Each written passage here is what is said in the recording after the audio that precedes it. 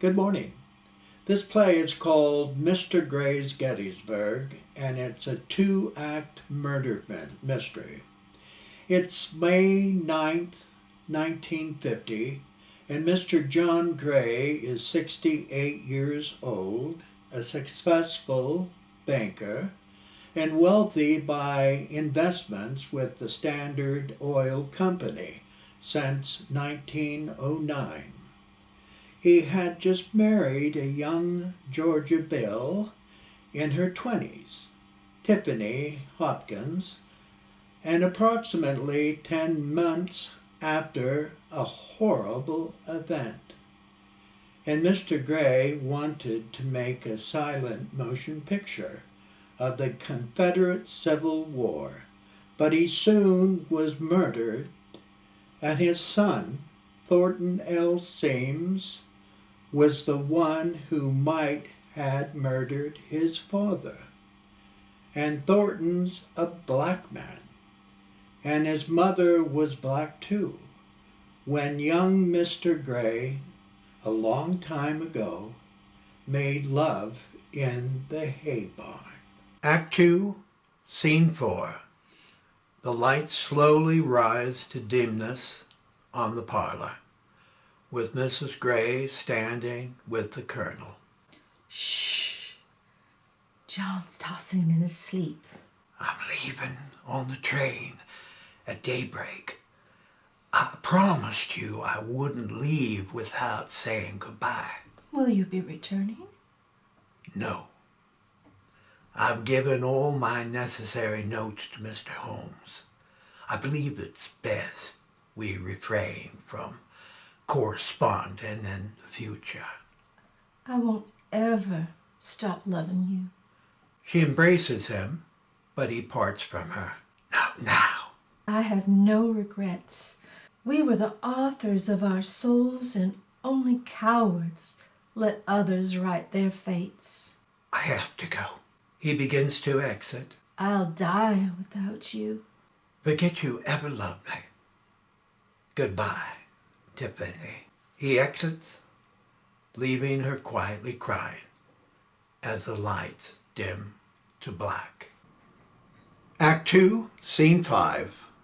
The lights abruptly rise on Mr. Millstone. What about the gold?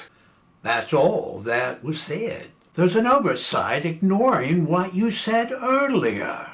I'm sorry if you're angry, sir. What about the gold? They sure as hell will hang your murdering ass if you don't get down to finding it. Yes, sir, I know they'll hang me dead, all right.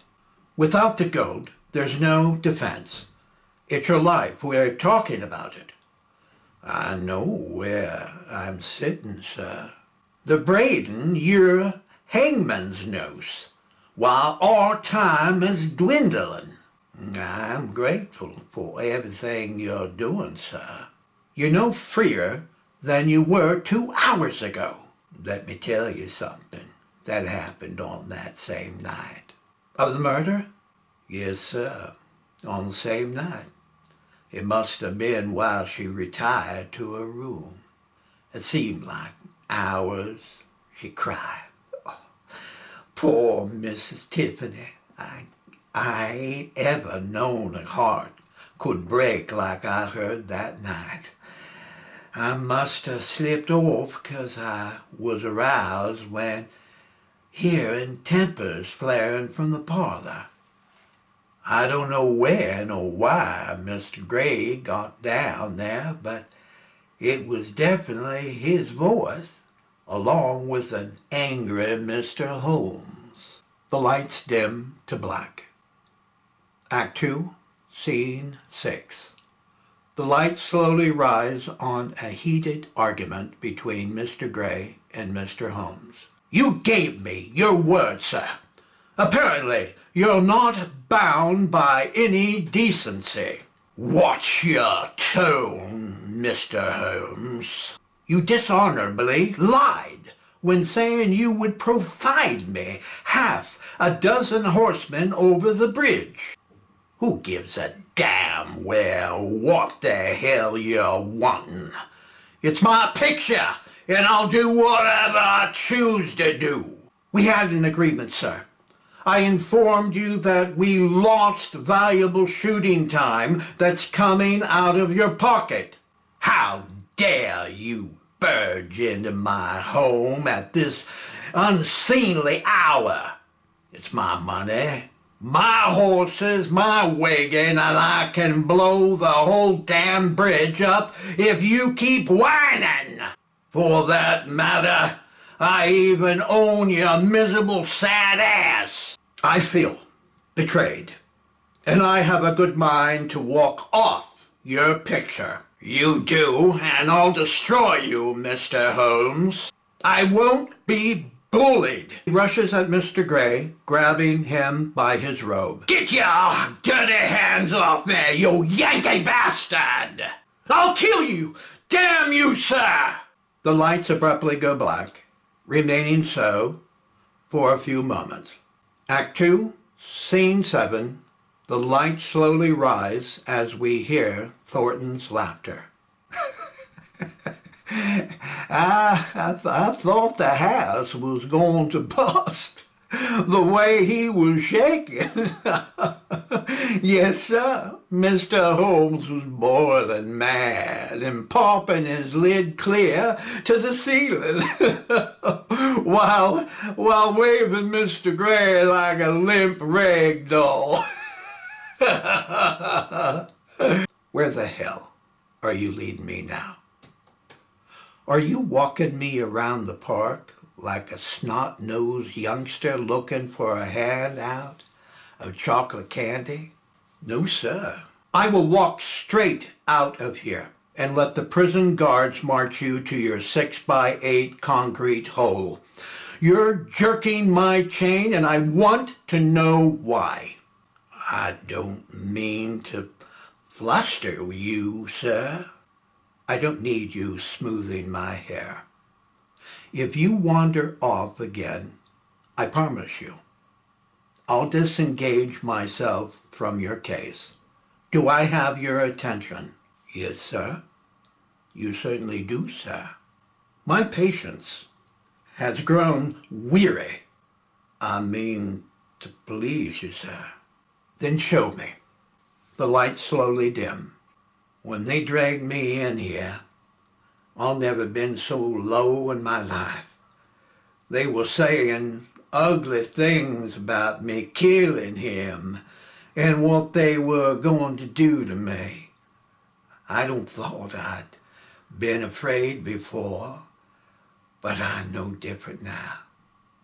I lie wondering what hanging's like, and Mr. Millstone interrupts him. Stop stalling! The lights slowly dim, with the light slowly rising on Mr. Gray and Mr. Holmes.